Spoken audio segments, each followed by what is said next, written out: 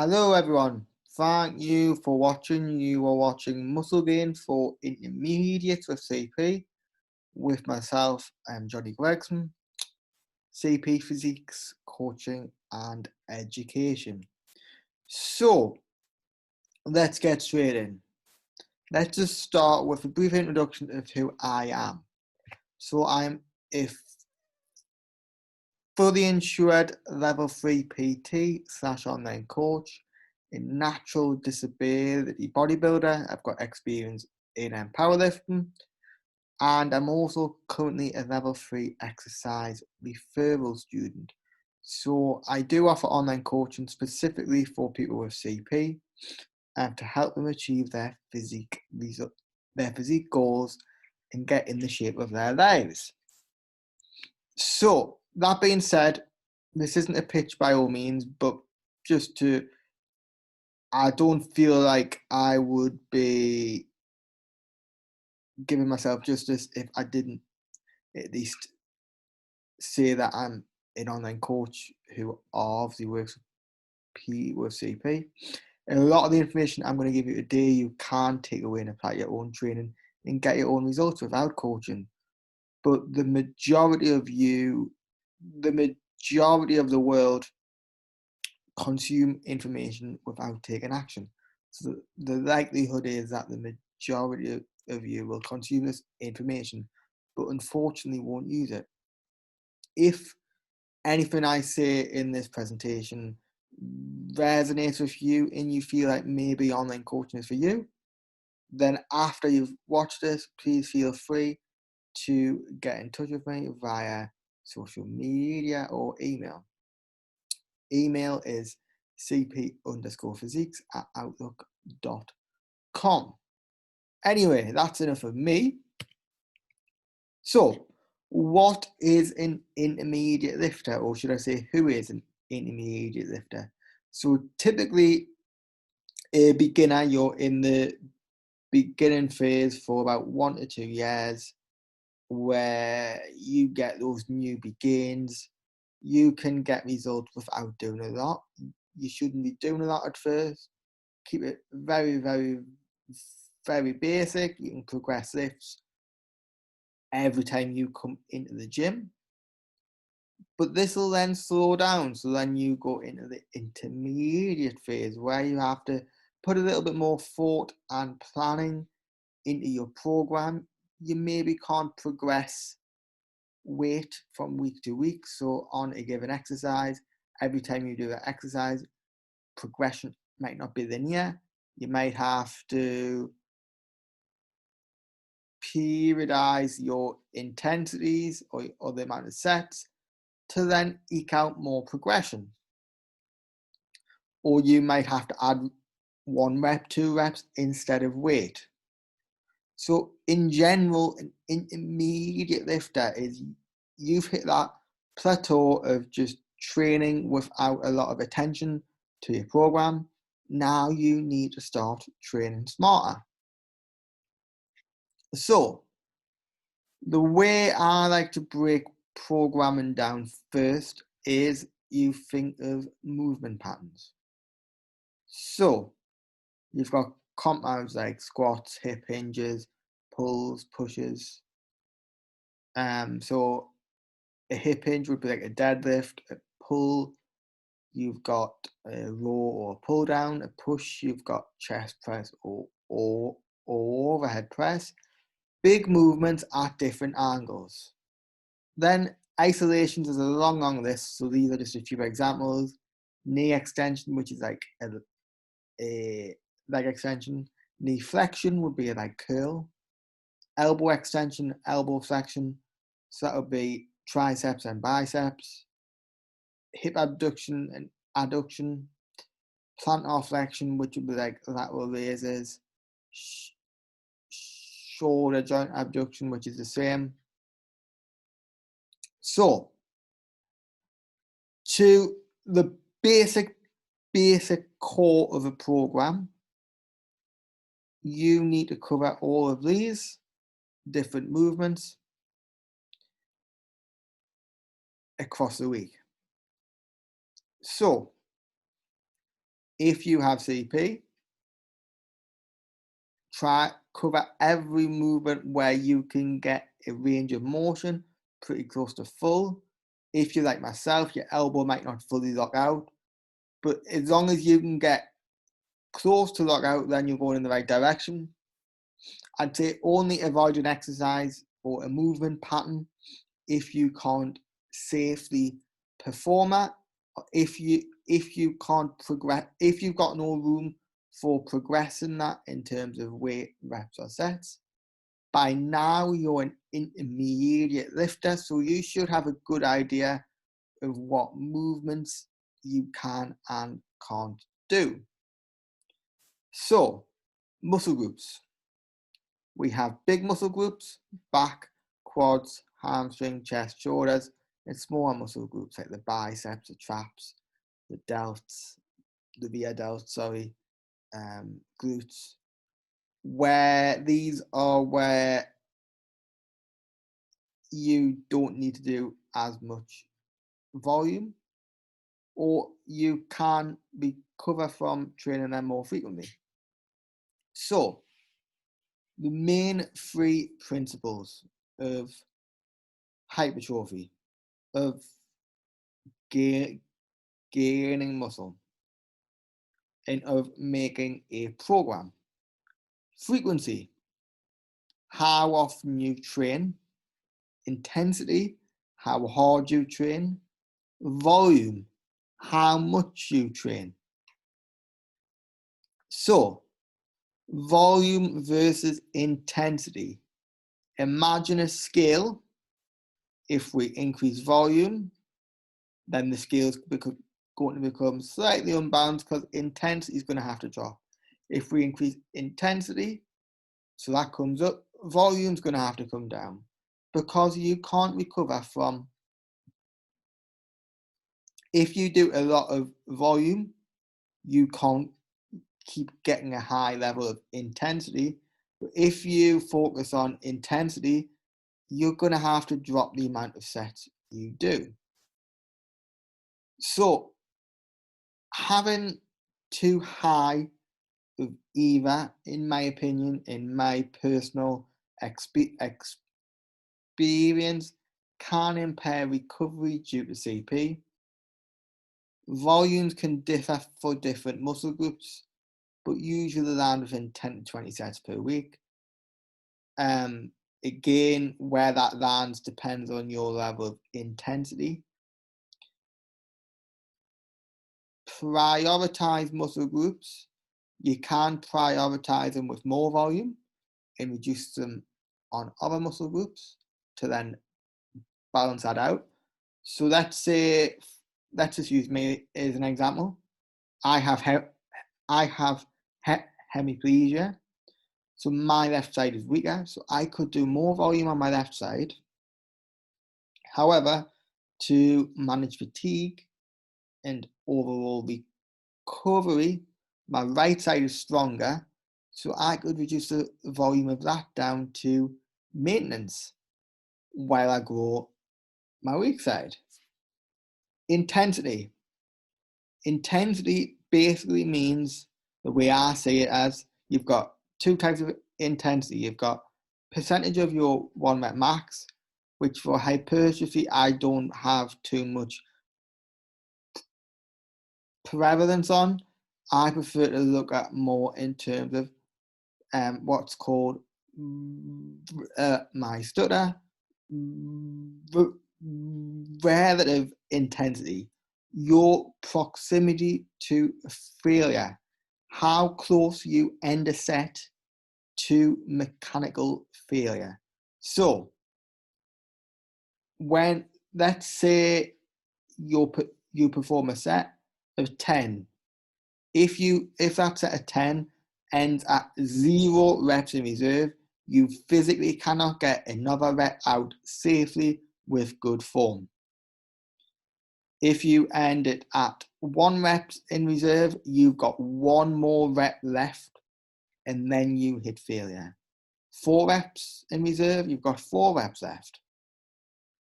So, how intense should we train? There's a lot of different theories, but research shows more at the minute there's an effective level of anything from 4 reps in reserve up to 0. So just to add a little bit more to this, you have to think about, so in terms of stimulus, 0 reps gets you the most, but it also gives you the most fatigue. 4 reps in reserve is the least effective, gets you the least amount of stimulus, but also the least amount of fatigue. So you've got to try and find a balance between 4 and 0 where you can recover from. We'll go into different ways of programming later on through this webinar. So, frequency. During your beginner phase, it wasn't too important. There's different research out there between 1 to 3 times a week, not training many days per week as well. So when we talk about frequency, we talk about how often you train a muscle group, but you can also talk about how often you train in general. So for frequency, for a beginner, because you don't need a lot of volume, you can train 3 days a week, get the right amount of volume, the right amount of frequency, and grow. In intermediate, you're going to have to look at potentially 4 or 5 sessions at least a week, in my view. In terms of how often you train a muscle, anywhere from 2 to 5 times per week. Research shows that the typical broad training of once per week splits aren't the most effective. Bigger muscles like the chest, the back, the quads, probably closer to twice a week. Smaller muscles closer to 5. Again, weaker limbs or muscle groups you could train more often, but then maybe scale down your stronger muscle groups to maybe once a week. So for me, I could train my left side twice a week and my right side once a week to get my left side to grow more. And my right side might just maintain, but my goal is to grow my left side. My goal is to keep my right side relatively the same while my left side catches up. So higher frequency allows you to split your volume. Where people make the mistake is when they go from training chest once a week at 20 sets in a session, they'll then train chest twice a week, doing 20 sets times 2. Instead, if you go from once a week to twice a week, instead of doing 20 sets once a week, you do 10 sets twice a week. So the actual volume doesn't really change. You're just doing it more often, which is proved to get better results. However, because you're doing less volume in a given session, there potentially could be room for a slight increase in volume and still recover. When we talk about slight increase, maybe an extra 1 or 2 sets per week, nothing significant. Trial and measure. If by splitting it up, you're recovering better and feeling like you can do more, try it, see if it works for you. There's no right or wrong answers here. It's all about what works best for you. So, rep ranges. Previously, people thought hypertrophy, growing muscle, always 8 to 12. And then they thought lower reps was for power strength, higher reps is for endurance, which is true to an extent. However, research shows that training anywhere from 5 to 30 reps can gain muscle. However, again, the recommended guidelines are roughly 2/3 of your volume between 8 and 12. And then outside of that, less than 8 or higher than 12, you want the other third to come from that. So why not below 4 or 5? Well, doing 1 to 3 reps with a significant intensity can have an impact on your joints, on your joint structures, your joint health, your joint recovery. So for instance, the tissue in your elbow, your ligaments, long term you can end up with injuries just through the amount of pressure. If you think about it, if you're doing 1 to 3 reps, in looking at percentage of 1 rep max, you're lifting at 85% of your 1 rep max. So it's a lot of weight for you. So it's going to put a lot of pressure on your joints, particularly the stronger you get, the more systemic amount of fatigue on your whole body that a given weight's going to have. Common splits, so common intermediate training splits.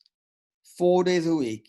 Typically, you could have upper lower 2 times a week or 4 times full body. 5 days, you can do a mixture of push-pull legs and upper lower, again full body. But you have to be very careful with that on the full body because you train every muscle group 5 times a week. Maybe avoid certain muscle groups in certain sessions, but still covering full body. And again, maybe be careful with exercise selection, not overdoing it with compound movements. Then for 6 days a week, you've got upper lower times 3, push-pull legs, even potentially full body, but again, you've got to be careful. Push-pull legs, you could also switch to chest and back, shoulders and arms and legs. That would be agonist and antagonist, because once you train chest, your back isn't going to be very fatigued. Likewise, legs, once you train quads, your hamstrings aren't going to be overly fatigued. However, you also have non-conventional splits. So going back to frequency, you can do whatever with where you like, getting 2 to 5 times per week for different muscle groups. So that could be an unconventional split that nobody else does, tagging different muscles with each other. For instance, me at the minute with my coach, on leg day, I'm not just doing legs, I am doing VI delts just to get the frequency up on them a bit more. So that would be typically, not many people do legs with VI delts on the end. Some people add on arms to the end of legs just to get arms in more often. There's always different things you can do with your split. So, periodization approaches. You've got a few different methods. I've tried most of them. So, low intensity and high volume. Typically, you do 2 sets per exercise. Every set to failure.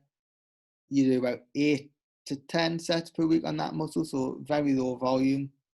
However, the fatigue is very high. You've got to have your lifestyle designed around your training to maximize your recovery. And then throw CP in. Can you recover from 10 sets to failure every single week on each muscle group? So you could be doing 60, 70 sets to failure. Of those could be 25 to 30 sets of compound movements. For me, I've tried it. You've also got to have your execution on point. So if your accuracy of the reps aren't on point, by only doing 2 sets, you're not getting enough stimulus and contraction.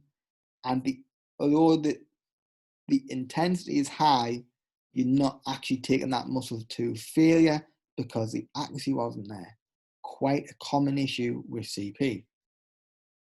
Tending to suggest you should lean on the more higher volumes.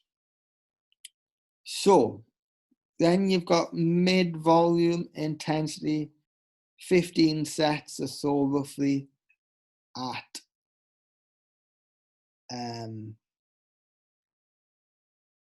2 reps in reserve. Sorry, my mind went blank there. So 2 reps in reserve. So you keep that static. Again, it's a good approach, but the approach that I'm doing at the minute is the volume landmarks. So you start with low volume and low intensity, increase to high volume and high intensity. So what happens is, week 1, you start with your minimum effective volume, which could be 10 sets on a muscle group. Whilst, depending on which way you do it, most often 4 reps in reserve. Week 2, you add in 1 or 2 sets per muscle, 3 reps in reserve.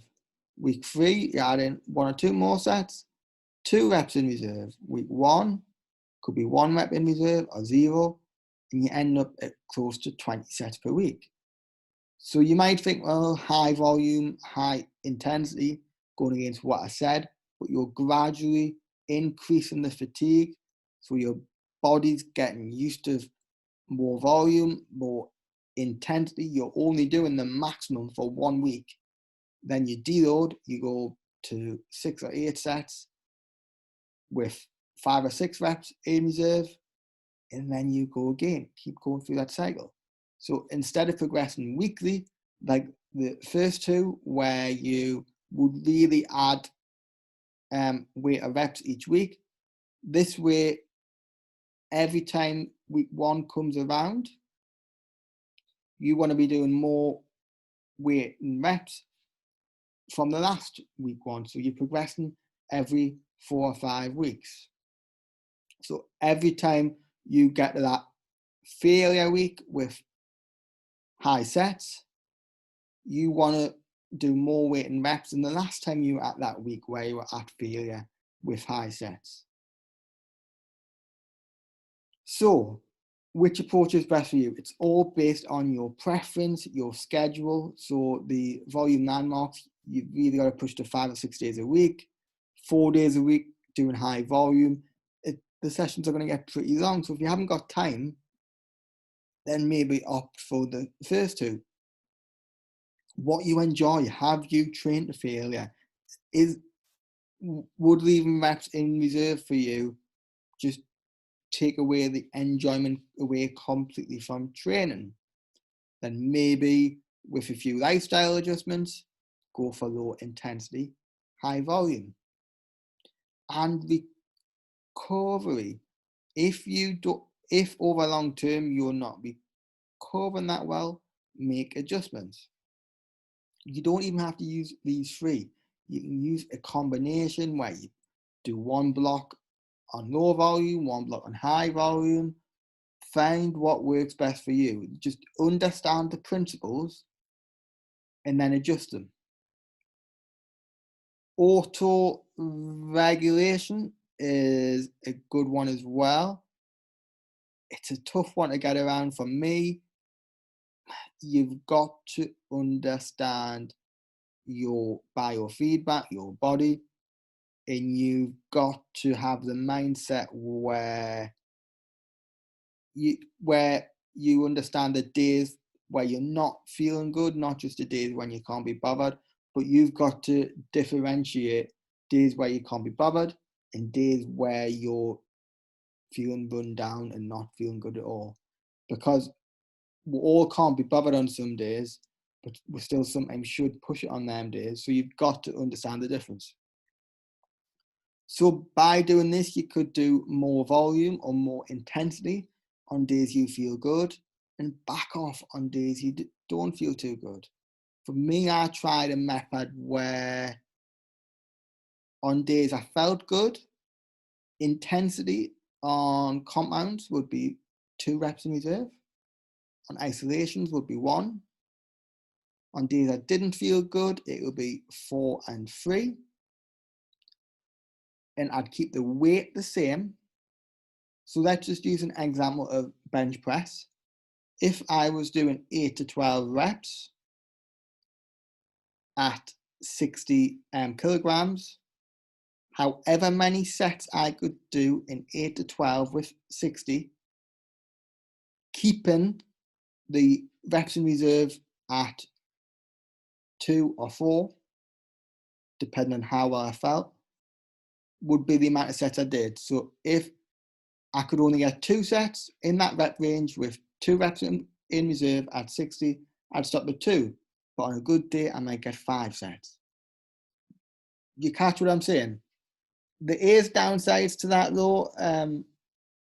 Possibly backing off too much, possibly leaving gains on the table.